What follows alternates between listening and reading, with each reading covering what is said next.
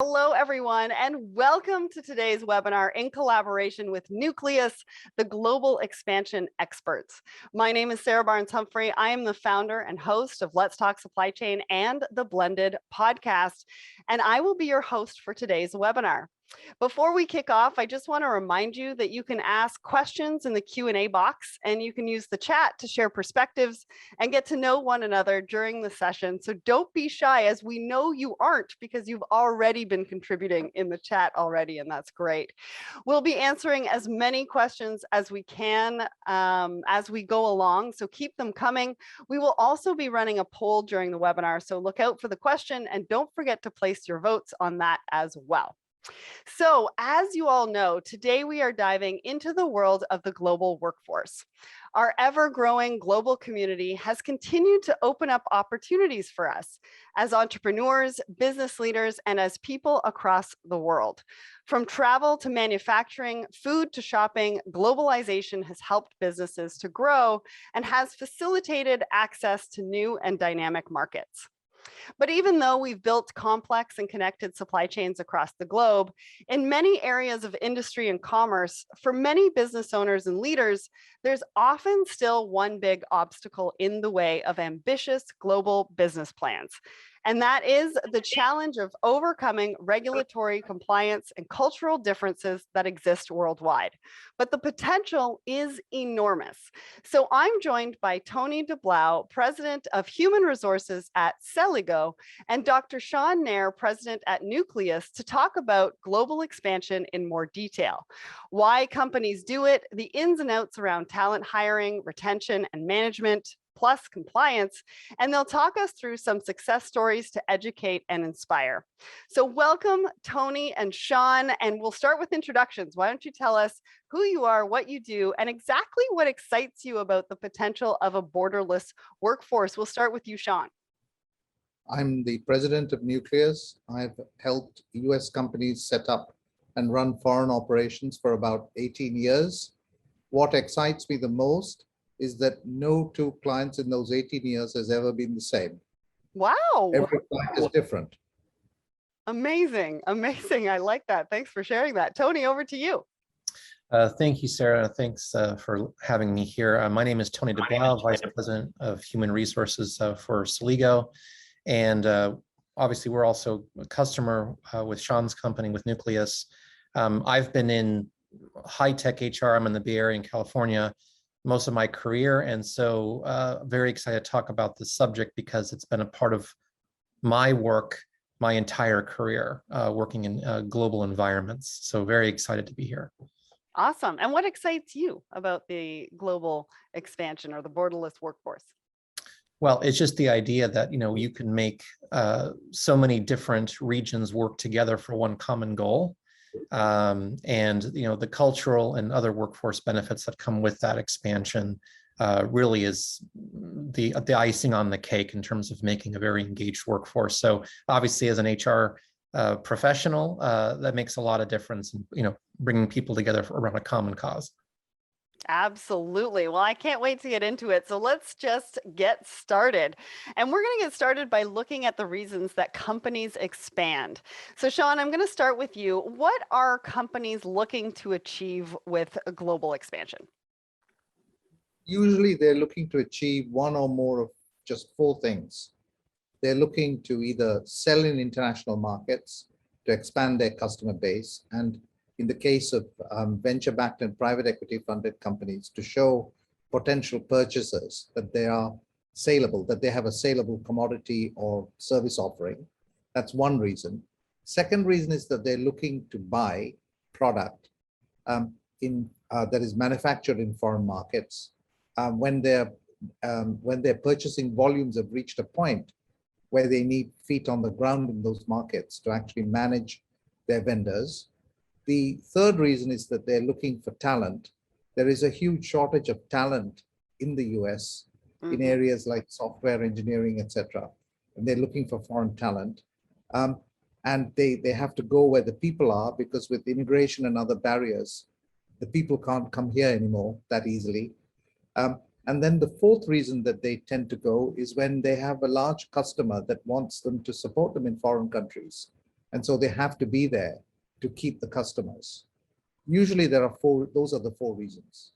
Amazing. And especially with COVID, I mean, we've seen how we can have, team members really all over the world, and it expands the talent that we can actually take a look at to bring onto those teams. Tony, did you want to jump onto that?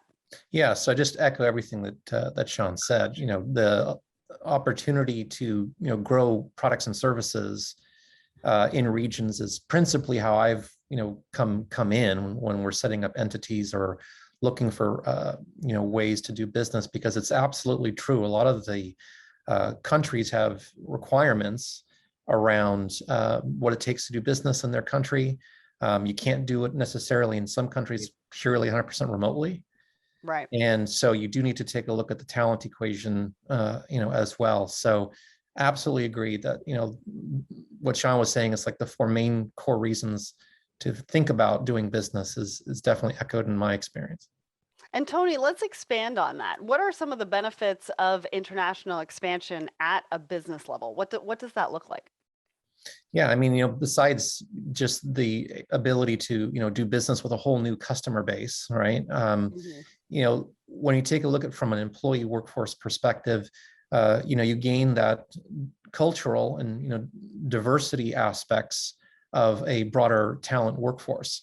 I think a lot of times, especially in the US and especially in the Bay Area, this idea that even though we're in these international city hotspots, it's not the same as people on the ground in the countries. And so you gain that richness of experience and go-to-market strategies that come from having a diverse, workforce. So yes, the intent may be you want to do business and sell into a country, but I would definitely say that the benefit comes from having that increase in culture and diversity from the workforce. Absolutely. And we're seeing, obviously, with companies globally that they're looking to diversify that workforce as well. Sean, did you have anything that you wanted to add to that? No, I think Tony really expressed it in a nutshell. I think those are the four. It's really four reasons, and it's really quite simple when you come down to it. Executing it is complicated, but the reasons are really very simple. The way they go abroad does vary a lot. Sometimes they go with, for example, if you're looking for talent, often the companies may have a CTO or a CEO who's come from another country and has got connections in that country, and so they can set up and get the talent hired much more quickly. So sometimes the choice of country depends on contacts. Sometimes if they're looking to increase sales, if their VP of sales has worked with somebody previously in a particular geographic region, and that person has got contacts at high levels in potential customers, then they would go and want to hire that kind of person. It really depends on, and equally I've known companies hire recruitment consultants to hire senior people. So it really depends on the stage the company is at, because that initial footprint usually is done through known contacts, and then growing that operation is done really or usually through recruitment consultants and other third parties. And do the benefits differ from international expansion at a business level versus an industry level, Sean? Yes, I think particularly with COVID, we've got global supply chains under a lot of pressure. So product companies are now they can get the orders, but they can't deliver the product in time. So they're under a lot of pressure. So really the expanding industries is the virtual services where there's no such limitation. And of course, we're using Zoom right now, and Zoom is a great example. So virtual services providers during COVID have had a heyday. And really that would be my one observation, in the last 2 years. Tony, did you have anything to add to that? Yeah, I mean, and I know we're going to get into that today, is the complexity country to country is incredible. I think when you're a US based company, you take for granted, you may have issues with, interstate, intrastate concerns, or if you're setting up payroll for employees in different states, there's different requirements and things like that. But pales in comparison to getting the country compliance pieces wrong. And I think a lot of times people have, I would say sometimes, utopian views of, like, oh, we'll just walk in and, we're going to offer business and we're going to offer jobs. So it's going to be great and we're going to be received with open arms. Well, yes and no. It really kind of depends on, on the strategy, but I would agree. What we've seen in the last year or two, all the virtual, all software, that's the space I'm in. It's much easier in some ways, just to be able to start. But yeah, if you're getting into transportation or any kind of, bulk product, kinds of movements, some of the steps you have to take are much more in depth than, sort of purely virtual or purely software only companies. Absolutely. And we've got our first poll, and then we've got a question from the audience. So we're going to run our first poll. And the question for the audience is, do you currently have international operations? So your choices are yes or no, and we'd love to hear from you. We will circle back to that in a little bit. But the question from the audience, and I want to ask this now because it goes with our discussion around benefits. What are the benefits of hiring workforce via PEO, which I don't know what that is, and we might want to explain that, versus setting up your own operations? Who wants to take that one? I can take it if you like. Great. There are two words, PEO and EOR. PEO stands for Professional Employer Organization. EOR stands for Employer of Record, but they're basically the same thing. Care needs to be exercised when using a PEO, although there are situations, obviously, where PEO is the best option. Just for everybody's sake, it's basically a third-party company that hires your employee. So the employee effectively works for you, but is hired by this third-party local company that's already registered for taxes and everything else. So you don't have any worries about payroll taxes or being grossed up and tax exposures coming to bite you in the butt later. At least that is ostensibly the reason. PEOs are quite safe in certain countries like Singapore and Hong Kong as examples. But in Latin America and in those European countries that have collective bargaining agreements, you have to be very careful about using PEOs for basically two reasons. First, because the nature of your relationship with the PEO'd employee is that of an employer. If there was a problem and the employee went to an employment court, you would be jointly and severally with the PEO classed as an employer. And so whatever damages might be awarded by a court will be on you, the US company, and not now a local subsidiary. So the US company itself, which has got the value, is being exposed to employment risks. Secondly, the PEO in countries with collective bargaining agreements, these collective bargaining agreements, like France is an example, Belgium is an example, they are reached by the unions with the government and apply to industries. So each industry sector has a set of benefits that are the minimum you have to provide the employees. Now, with a PEO belongs to the financial services CBA sector, whereas you, the US company, may belong to the technology services sector. Now, without looking into that, if you go and award benefits that are fine by the technology services sector, but not fine by the financial services sector, because finance people tend to be more heavily remunerated. And again, you have a problem with the employee and he complains to an employment court, you could get your knuckles wrapped and penalties. And that has actually happened in a recent court case in France.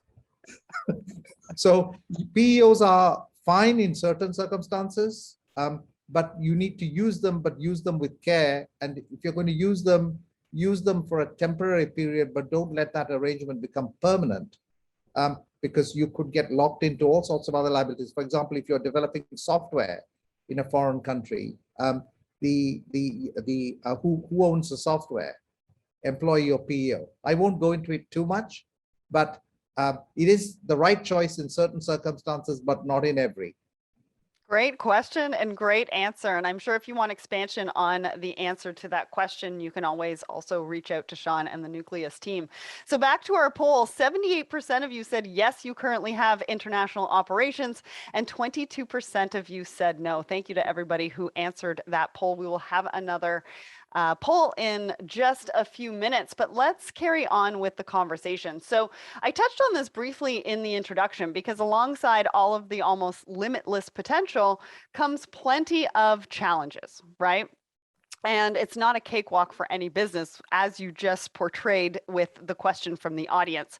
So talk us through some of the key barriers to establishing that initial foreign operation. What are the challenges, Sean? First of all, you need to make sure that the type of entity you set up is the right one. So in most countries, you have a choice of company, and there are different types of companies, branch or representation office, or in some companies, I'm sorry about that. That's okay. I can't mute myself. I would mute myself if I did that. And in some countries, you also can register the employee himself and have nothing. Germany is an example. Having said that, the choice of the right entity usually falls out of the job title and job descriptions and proposed activities that you're intending to carry out in that country. So that's fairly easy to sort out. Once you've done that comes the hard bit, particularly during COVID, because if you're setting up, say, a subsidiary in a foreign country, there are lots of documents that need to be notarized and apostille relating to the US parent and the officers of the US parent. And these days, with many countries now imposing ultimate beneficial owner filing requirements, the actual the shareholders of the US company. And some of these documents need to be apostilled. And in some of the states of the US during COVID, there are significant delays in getting these documents apostilled and returned from the Secretary of State's office. California is one example where it takes a minimum 10 days. Florida is an opposite example where you can show up at the office and get it done immediately. So things are different statewide across the US. New Jersey and New York is kind of in between. So once you've gone through all that hassle of getting all the documents and getting the entity registered, you then have the issue of now onboarding the employees. Whatever you do, please do not send them a US offer letter saying you're employed at will. Because the minute you do that, there's no such concept anywhere else in the world, except possibly India. And once you do that, you've lost rights that you could have reserved as an employer if you'd done so at the start. But because you didn't, you've lost them. Rights like the right to put somebody on probation, which is incredibly valuable. Because in Europe, during that probation period, if they don't work out, you can get rid of them fairly easily. The right to put a person on a long notice period or on what the British call garden leave. So there are various issues there I'm just flagging. You need to get local employment law advice and support to get the right documents out, and you mustn't send them the US documents. Once they are onboarded, now you're into a routine support phase. Different countries have different filings, but very broadly, the local country filings divide into payroll filings, which are monthly, indirect tax filings, which can be monthly or quarterly, corporation tax payments on account, which can be 6 monthly, and then at the year end, the preparation and filing of local GAAP statutory accounts, local corporation tax filings, local payroll filings, local benefits related filings, local stock option filings, and local corporate governance filings. Wow. There are also some curved balls. For example, in Germany, if you have a cost center and the operation is supported with funds coming from the US, i.e. coming from abroad, there is a Z4 filing that has to be made to the Bundesbank, without which there are significant penalties. And many US companies forget to do that with their cost centers. So essentially, you need to have somebody that knows their way around and knows what all these requirements are in a particular country, dealing with these things. And trying to deal with it from the US usually leads to disaster. Those are so many barriers. I mean, no wonder, companies and organizations or people within that organization get a little bit overwhelmed. So what is it that Nucleus can do to help mitigate? Because obviously there's a lot of risk there. How do Yes. you make it easy for them to be able to do that? Well, basically, we have an internal knowledge base that lists literally for every country, every conceivable filing. So when a client comes on board, we basically customize that and produce a filing timetable for the client. So now we know what all the filings are. This is assuming we're picking up a client that's already set up. So essentially we take care of it is the answer. And we also keep the US GAAP accounts. And in certain countries like Brazil and China, where there's a requirement to keep local accounts in Portuguese and Mandarin, we do that. And then we have an audit trail between the US and the local accounts. So we know what we are filing in countries consistent with what the board in the US are getting in their reports. When you come to setting up things or setting up employment contracts or setting up companies, again, we have a checklist process that speeds this up to the extent possible. It's been limited in COVID because of the problems of getting apostille documents back from secretaries of state offices and so on. But once we've got them back, the process is very quick because we've already got templated articles, a checklist of questions that we run through to customize those articles, templated employment agreements, and again, a checklist of questions asking the client what rights they want to reserve for themselves that they have as an employer, so we can customize and produce the documents. So we kind of streamline the process. And I think that's the benefit. Basically, it's a one-stop international shop that can speed up and make it easy for you and won't make your hair go gray.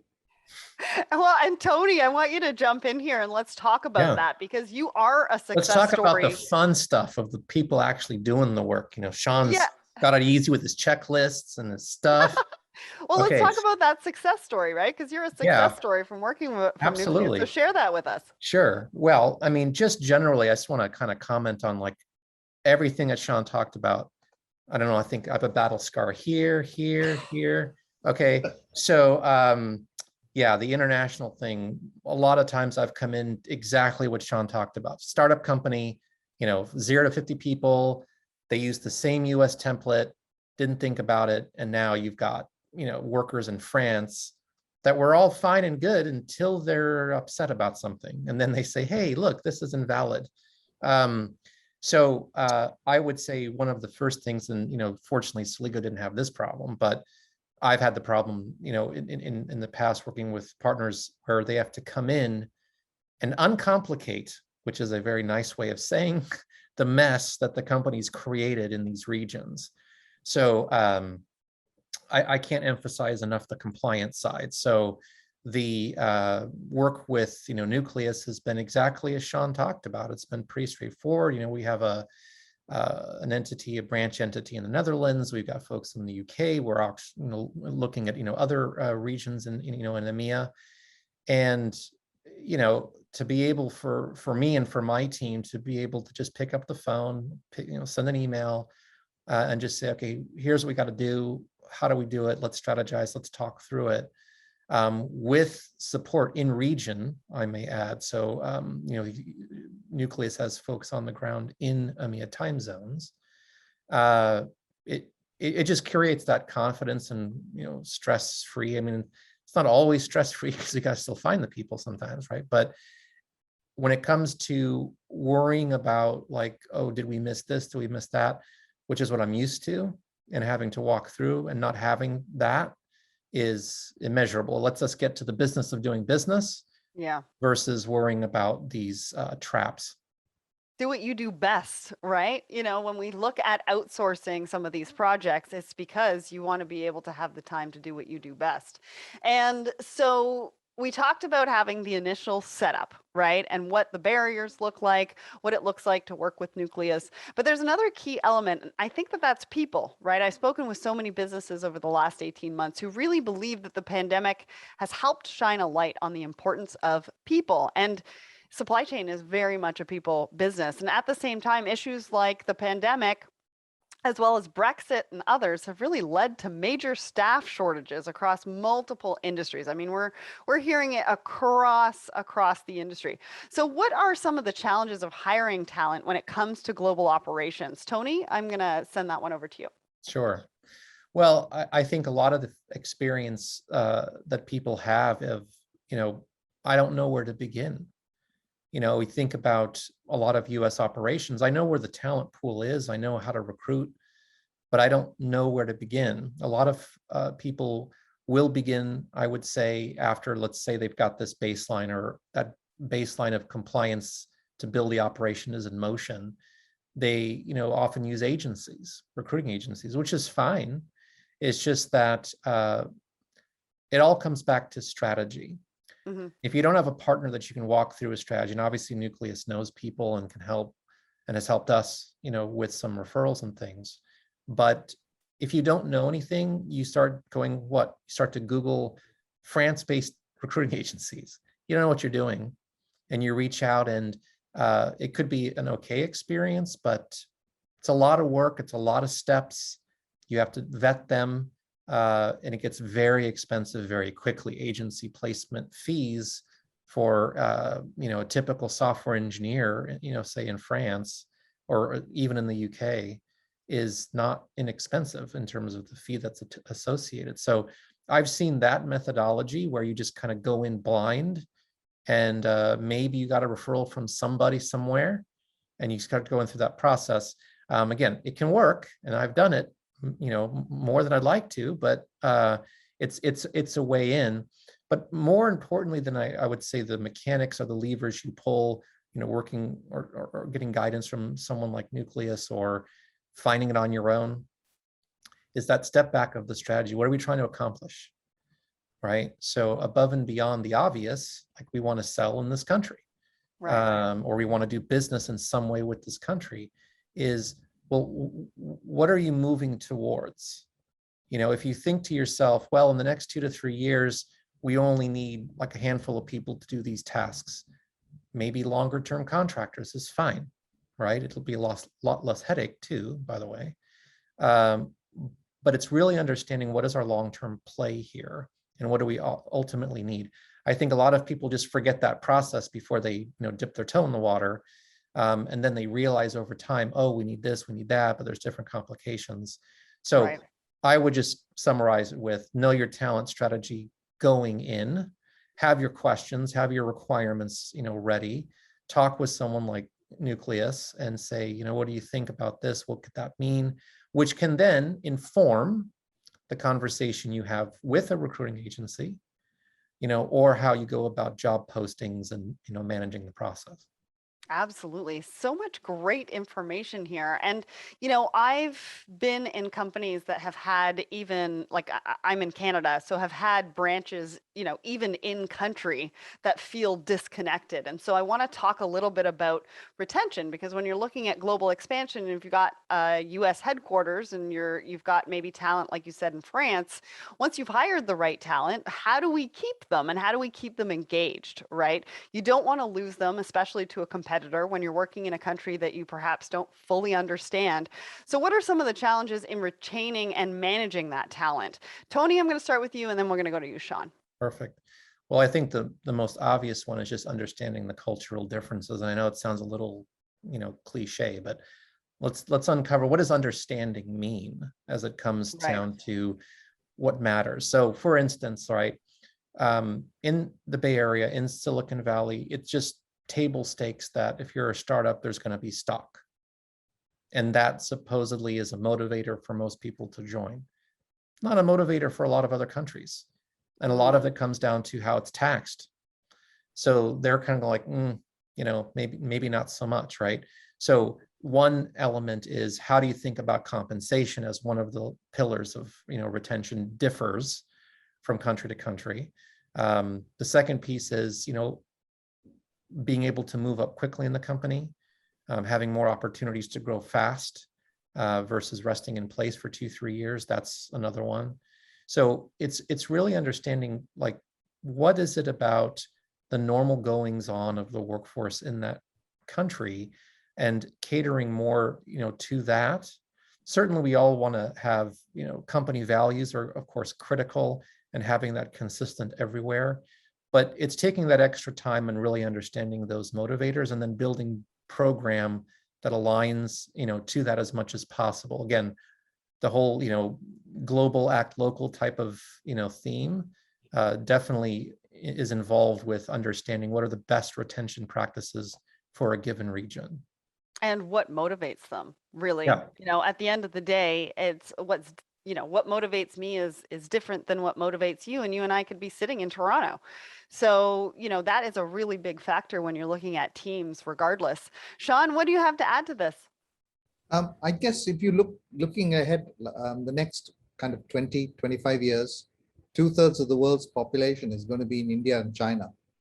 So those countries, whatever happens, are going to become more important, whether the government tries to make them more important or not. In India, I can share with you how Nucleus retains its staff. There's a lot of our clients have a very high turnover. We have a very low turnover. In the last 2 years, our turnover has been 3.5%. The reason we've accomplished that is two things. Firstly, we recognize that a lot of our employees are young people. The housing costs in cities like Mumbai are very high. They stay usually with their parents, in their parents' home. So we thought, well, how do we stop them from leaving? So one thing we did is that when we introduced medical insurance for them, we included the parents in the medical insurance. So now if they find another job and the parents lose their medical cover, there's going to be quite a lot of pressure on the kid not to move. Right. Second thing we did, so that was one kind of blockage. The second positive thing we did is that, in India, it's very important culturally. Knowledge is very important. Historically, people with knowledge were valued a lot more than people with money. Going a little bit today, but knowledge is still very important. So having a proper training plan for every employee and having an annual meeting to review that training plan and update it is very important. And thirdly, letting the employees know what their career path is, that for the next year, you're going to be doing this. For the next year after that, you're going to be doing that. Your experience is going to broaden. And this will be tied in with a potential promotion path in the company for you is very, very important. And that has been very successful in helping us retain staff. In fact, we only really lose staff right at the top where they haven't got anywhere else to go. Right. But there are people coming from underneath with the skills to replace them. Amazing. There's so many great nuggets that are being shared today. And I'm so glad that we are talking about this because it's such an important topic. I just want to remind everybody in the audience, if you do have a question, please put that into the Q&A, and we're definitely going to get to it for you by the end of the session. So I'd like to touch on a little bit about diversity and inclusion. Can an international expansion and the work that goes into managing new talent, potentially from a different culture, actually help boost DEI strategies, the understanding, communication, and resilience company-wide? And I think this is really an important question because a lot of organizations are looking at DEI. They're looking at their strategies. They're looking at, what's working, what can we do, what can we do more of? So Sean, let's start with you on that one. Yes, I think, again, with DEI, this concept applies really not to the company that's hiring a PEO'd employee in country A or country B, small number. This applies to companies with established operations in foreign countries and significant headcount. And in those circumstances, for example, again, taking the example of India, having an anti-sexual harassment policy is actually a mandatory requirement, and having it registered at a local office of a regulator. If you don't do that, there are very significant penalties. So the companies need to, yes, you can have a global DEI policy, but then you will have to customize it to local country regulatory requirements. And as I say, these are not things that you should do. These are things that you have to do. Amazing, amazing. Tony, do you want to jump in on that one? Yeah, I mean, absolutely. I think that, the subject of DEI has, of course, always been important. And, I learned a very valuable lesson at Nokia, which is one of the best examples back in the day of they just spent 2+ years on a global inclusion program, which was, where I learned so much about the value of that, because of course Nokia is huge and had locations everywhere. But the lesson from that, Selligo, we have Taking a Stand, which is a global initiative on this subject. So we are thinking more in terms of these global reasons why, most importantly, the connection matters, right? So if you strip everything away at the end of the day on this subject, it's how do we get more connected as a group of people trying to commonly work towards this great vision and this great goal, furthering, the business objectives, but at the same time, feeling good about it, feeling a sense of belonging and collective. And I mean, we share so many different things from our folks in different countries, celebrations, events, and things, so that we have opportunities to create that collective at an individual level. It's not just business all the time, right? It's just really understanding each other. And, that I think definitely enriches all the employees by having those peers and counterparts and talking about things in that general sense versus just, how we work. So there's no question that viewing that at a global level has made a difference in Selligo, but also difference in what I see the best places to work and practices and companies. The more that they do that and focus on that, how we're culturally, collectively very similar and support each other makes a huge difference in how business is done. Absolutely. And celebrating the individual, right? As you're doing the global expansion, like you said, there's different holidays, there's different things that they value, there's different things that motivate them, and celebrating them as an individual, allowing them space to really talk about who they are and how they identify and, what those holidays even mean to them, and their perspectives on different things within the company are always going to, be something that an organization is definitely going to benefit from, as well as the people that work within that organization. So Sean, give us a bit of a customer success story around this, either around finding talent or retaining talent. What has that looked like for one of your clients? I can immediately comes to mind a client. Obviously, I can't name them, but they're in the language learning business. They started off 2 years ago looking for software engineers in India, and we set up an Indian subsidiary for them. Now they are selling in India. They have, during COVID, expanded enormously. It's basically remote language learning, which people want to do that, and people can do that without traveling. So to cut a long story short, that company started in India. Now they're in 6 countries in Asia Pacific, Latin America, and in Europe.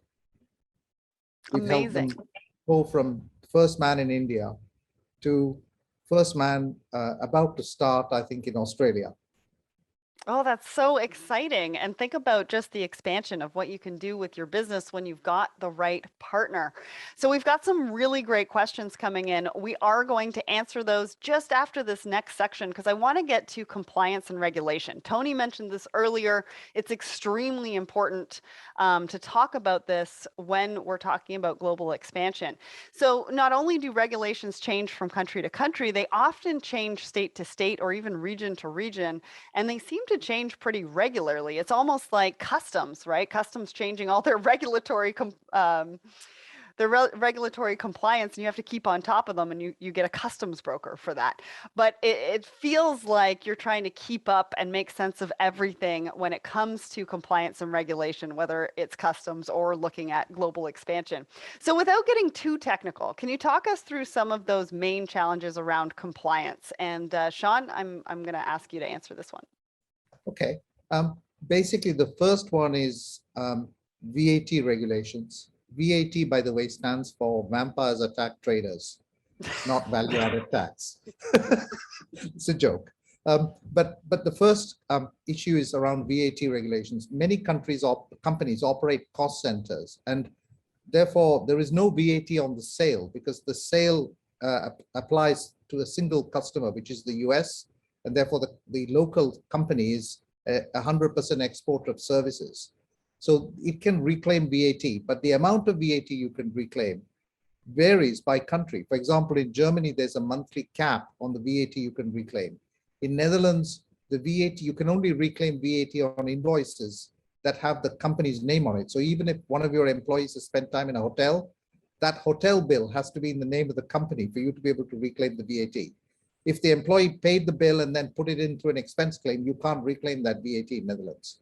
So the VAT rules, and it's also not always called VAT, it's called GST in Singapore and Australia and Canada. It's called consumption tax in Japan. And Canada, by the way, also has QST in Quebec and HST or PST, as I'm sure being in Canada, Sarah, you know. So these regulations vary a lot, the types of indirect taxes. So having someone that knows what they're doing, getting you the right refunds is important. So that's one challenge. Having got through that, you have pretty clear plain sailing until you come to the end of the year, when you have basically payroll related filings, stock option or RSU or stock award related filings. You have statutory accounts filings, you have corporate tax filings, you have essentially corporate governance filings, and you also have these days the ultimate beneficial owner filings. These are all things that have to be taken care of. They're not discretionary. You have to do them. And if you don't do them, there are going to be fines and penalties, and you're going to be in bad standing. So you need somebody on the ground locally that knows what they're doing to take care of this internationally. So that's basically the challenge. There is also another issue. Today, we've got this global corporate tax adoption by so many countries. Most of our clients are probably going to be sitting below the threshold at which that 15% global corporate tax limit applies. But they still have to worry about transfer pricing. So for example, taking a simple case of a US company with a subsidiary in UK, how much does the UK company get charged by the US? Sorry, the other way around. How much does the UK company pay the US for the support that the US provides? And how much does the US pay the UK for the services that it provides the US? These prices need to be arm's length, and there needs to be not just a statement that they're arm's length, but a review report, often called a benchmark report, that validates the numbers that are being used for these prices. Otherwise, the risk is that IRS could hit the US company on the basis that it's charging too little for its services, or HMRC in the UK can hit the UK company on the basis that it's not charging enough for its services. So you have to be careful with these kinds of issues when you're operating internationally, even if you're a small company. Yeah, and on top of that, there's data privacy and differing HR policies and corporate governments. Can you just walk us really quickly through the services that you offer to cover all of those things at Nucleus?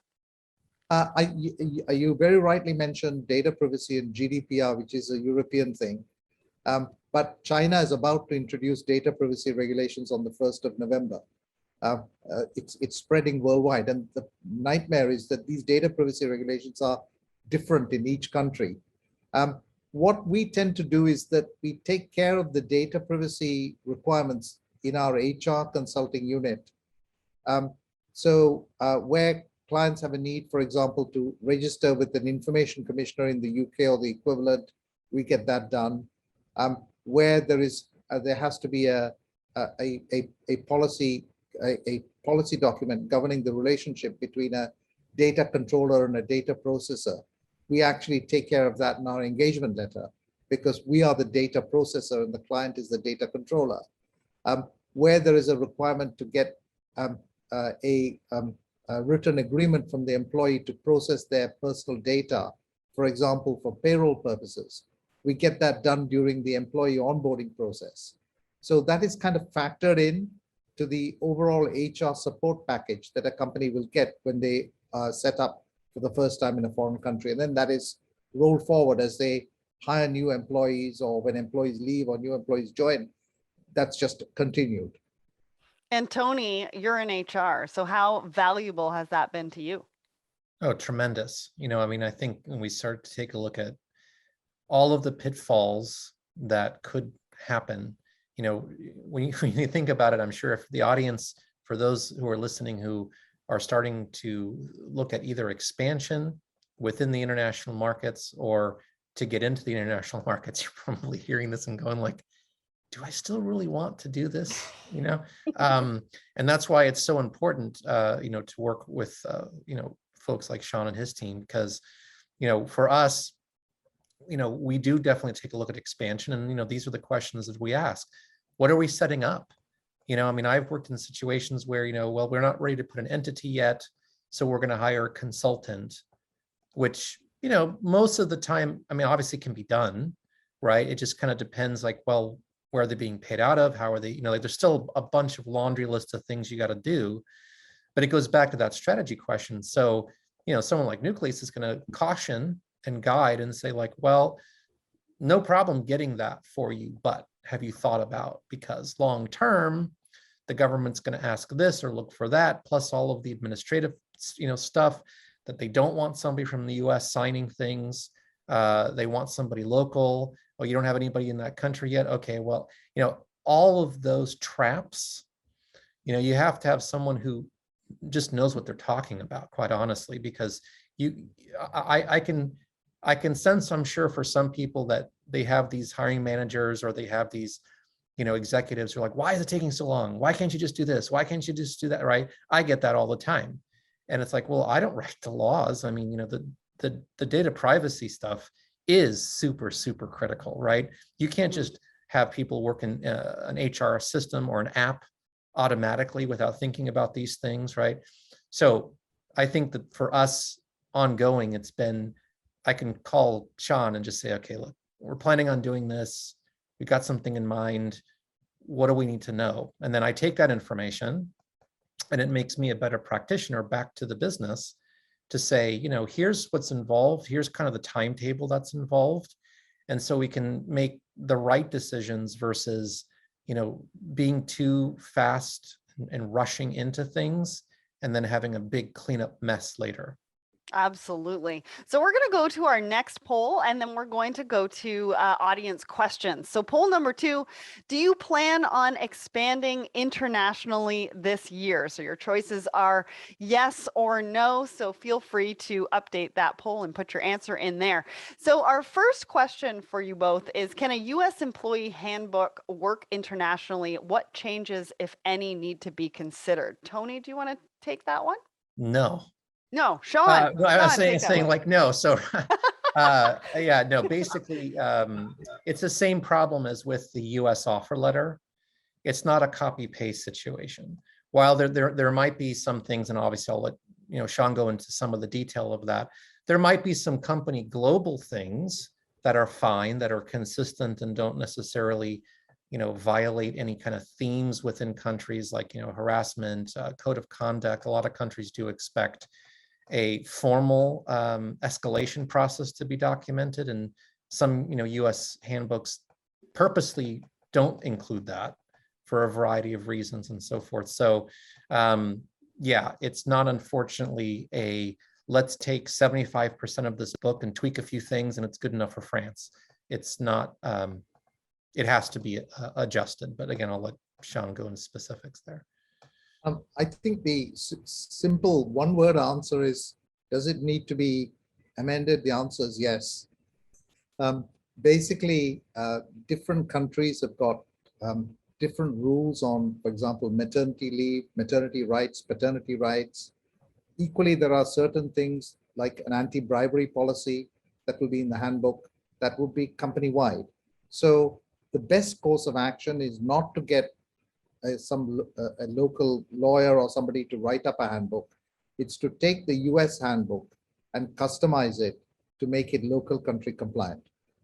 There is also one important factor to bear in mind. Remember that things that you put in a handbook, even in countries like in France or Belgium, where employment laws are very stringent and employer unfriendly, you can change these things without an employee, without a potential legal backlash, whereas you can't change things that are in an employment agreement. So the less you put in the employment agreement and the more you put in the handbook, within, of course, the bounds of possibility, the better, because it gives you more flexibility.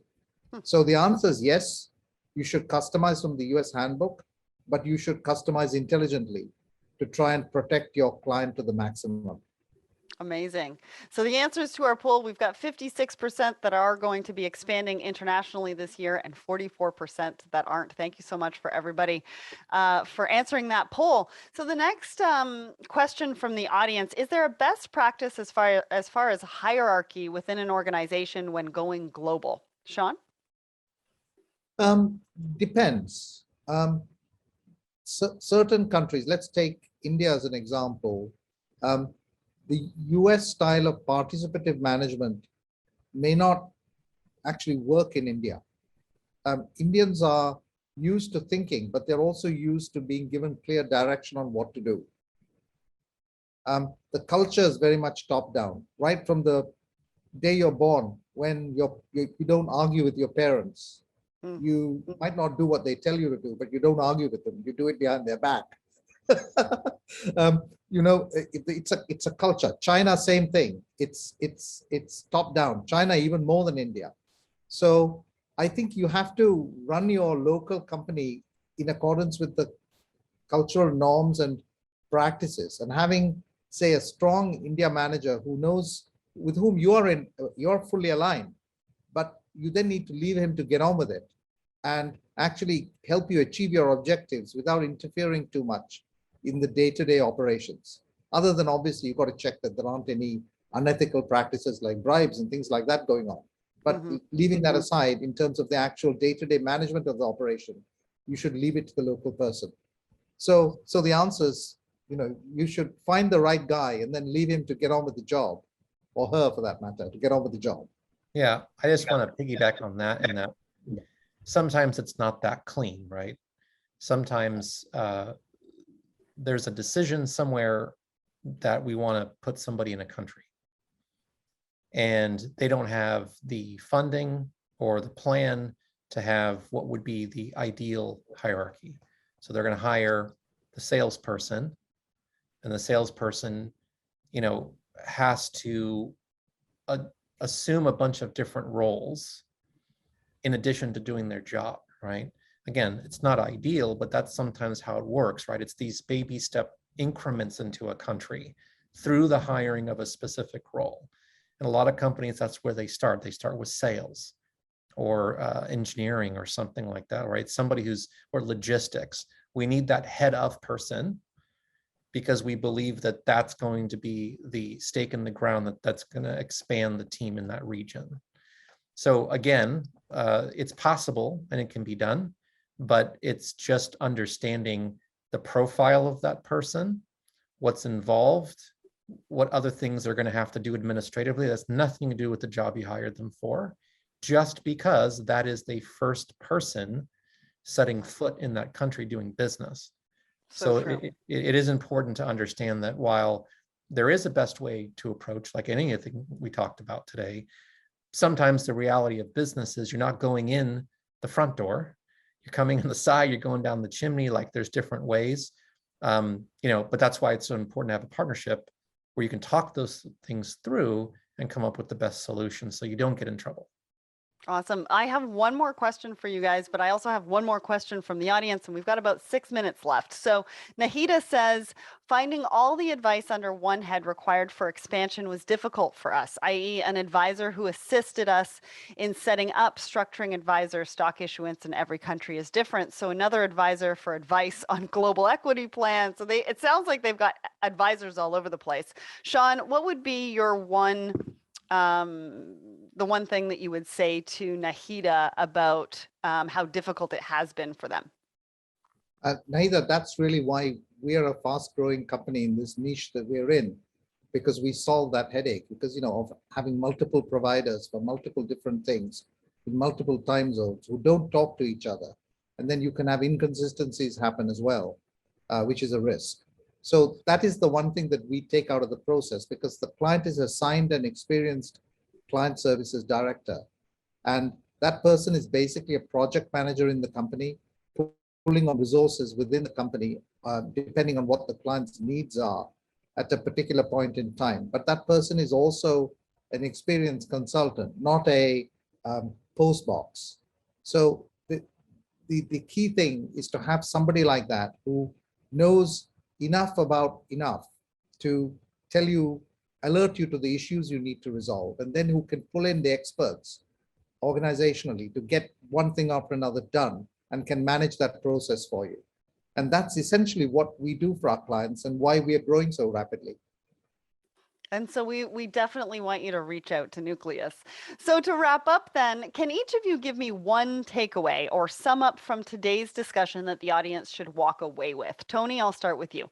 Yeah, I would say that the main thing is plan ahead. As you heard, going in blind with sort of an ad hoc strategy, whether it's just setting up the entity or starting to recruit people, not a good plan. So take a little bit more time. And if, some of you, depending on where you are in the organization, that's something you should push back on. So if you're, tasked with getting this going, whether you're HR or not, or you're finance even, if it's worth pushing back and saying, hey, we need to kind of get more of our ducks in a row, make sure our requirements are correct, before we engage. As much as possible, you can make that happen and then work with a partner like Nucleus to go through everything.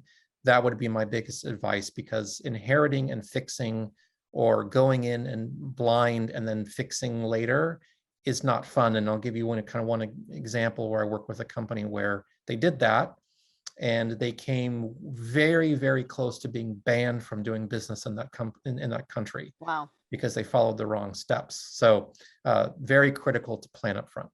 Great. Thank you, Tony. And Sean, what would be your one takeaway for the audience?